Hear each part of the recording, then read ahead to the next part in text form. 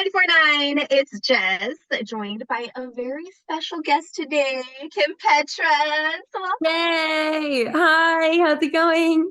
Good. How are you? I'm great. So, Thank you you for taking can, the time to talk to me. of course, thank you. I am actually super excited because I have been meaning to tell you that you had an amazing performance at our 194.9 Waswatch when you kicked off your tour. Oh, thank you. Thank you. That was so much fun. I know. And how is your tour going so far? It's going great. I've been in the rehearsals for this whole last month. It's just been great, but also obviously challenging and things like that. It's definitely the biggest production I've done.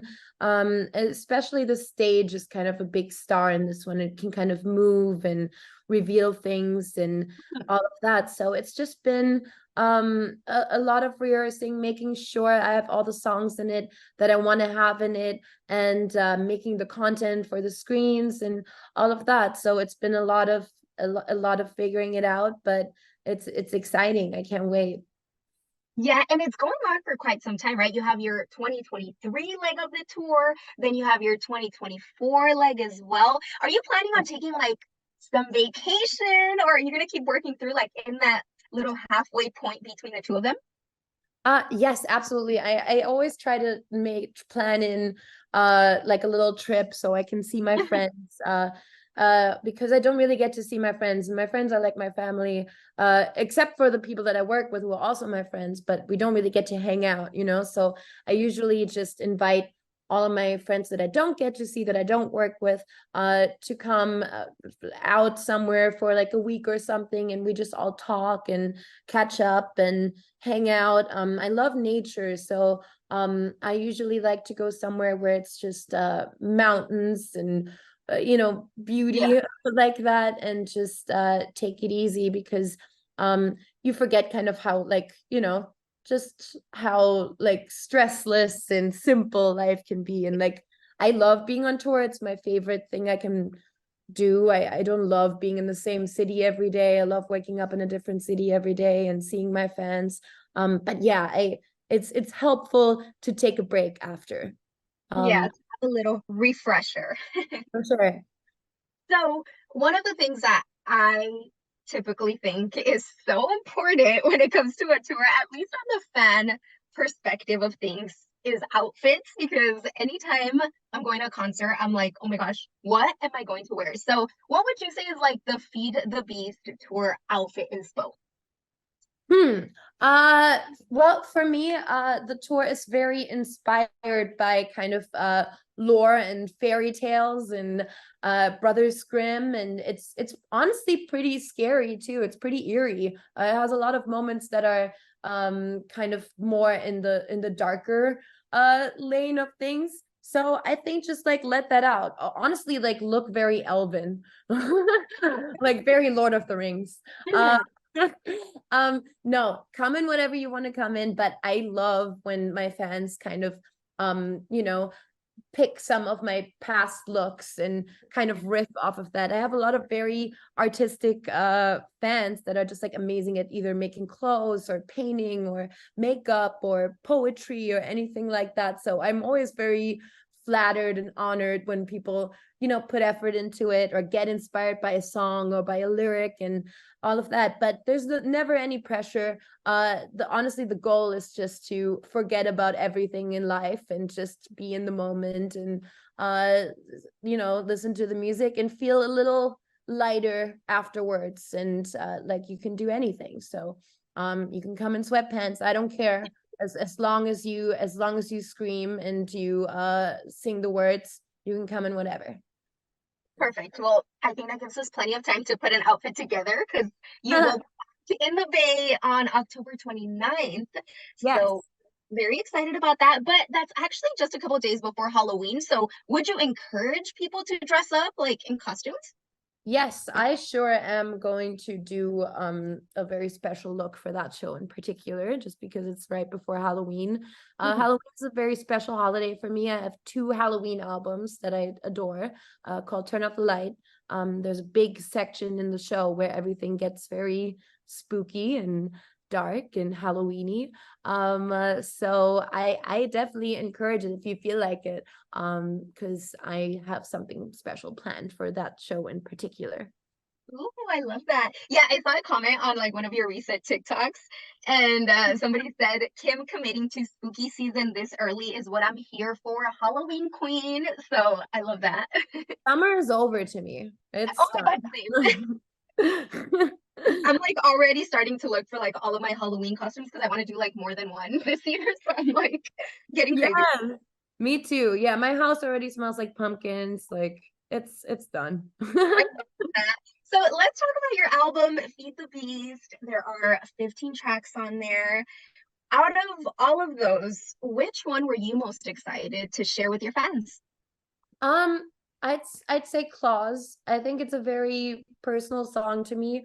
And I just from the second it came to me, which was like in like 20 minutes or something, it just like came out, and it's just such a special song to me that I just will always feel like it's my favorite of this album.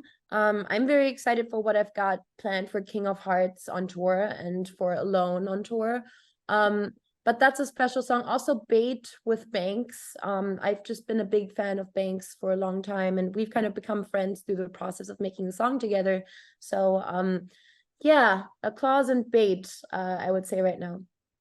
And so I know you mentioned that class took 20 minutes only. That to me seems like, oh my gosh, how do you even create something in that little amount of time? Like, how does the inspiration come to you so fast? Well, I think it was just something it's an experience I had gone through that I was struggling to put into words and had tried honestly tens of songs to express that feeling. And then that took hours to make, that took days to make, and they just weren't as good or as like clear and cohesive as Claus was. And then we played a little melody, kind of the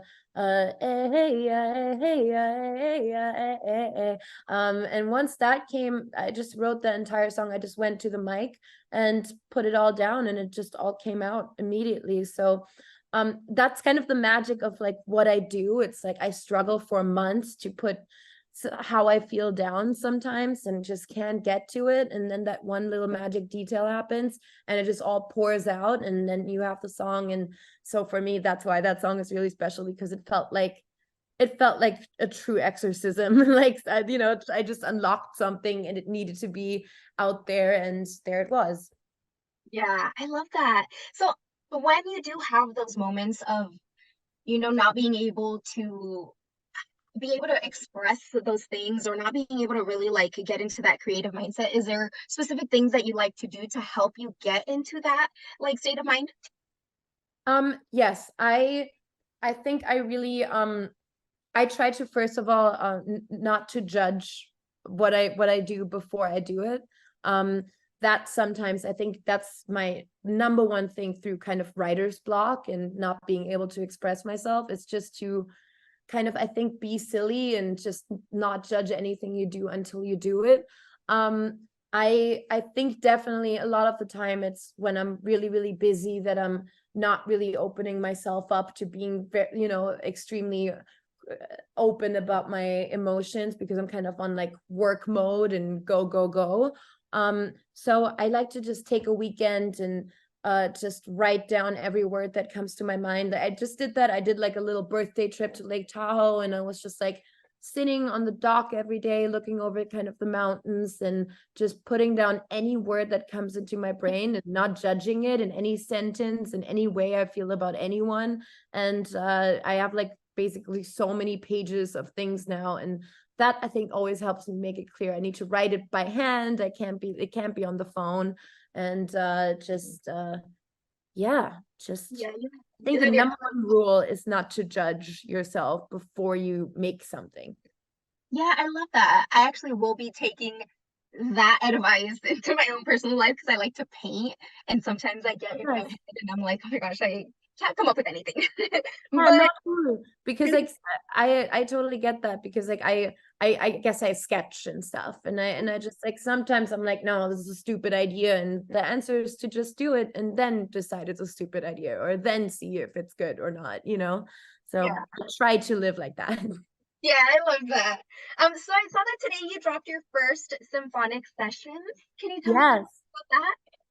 Yes, I've always been a big fan of movie soundtracks and orchestral music and classical music in general. I think growing up, kind of being raised in Germany, was a lot of that. And I just have an appreciation for it. And I'd always wanted to get together with just like amazing musicians and make something that feels um, like this and orchestral.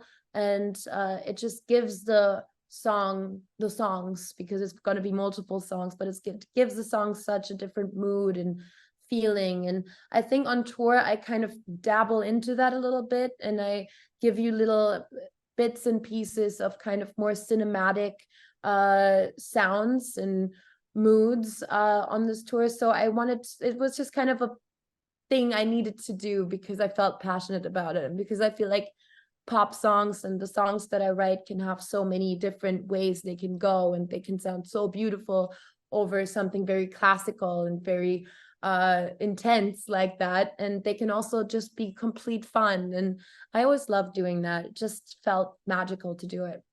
Yes, and you have three more that are dropping, correct? Yes. Ooh, so I believe this Friday, September 8th. Then we have Tuesday, September 12th, and then September 18th. So we need to write those dates down. But thank you so much, Kim, for chatting with me today. Do you want to let everybody know, where to find you on socials or anything else that you want to, let your fans know? Sure. Well, I love you, Bunheads. Please come see me on tour. I hope you enjoy everything that I'm putting out. It's a very exciting time right now, and there's more music coming your way very soon. And thanks for taking the time to talk to me. I appreciate it. Thank you. Thank you so much. Good to talk to you.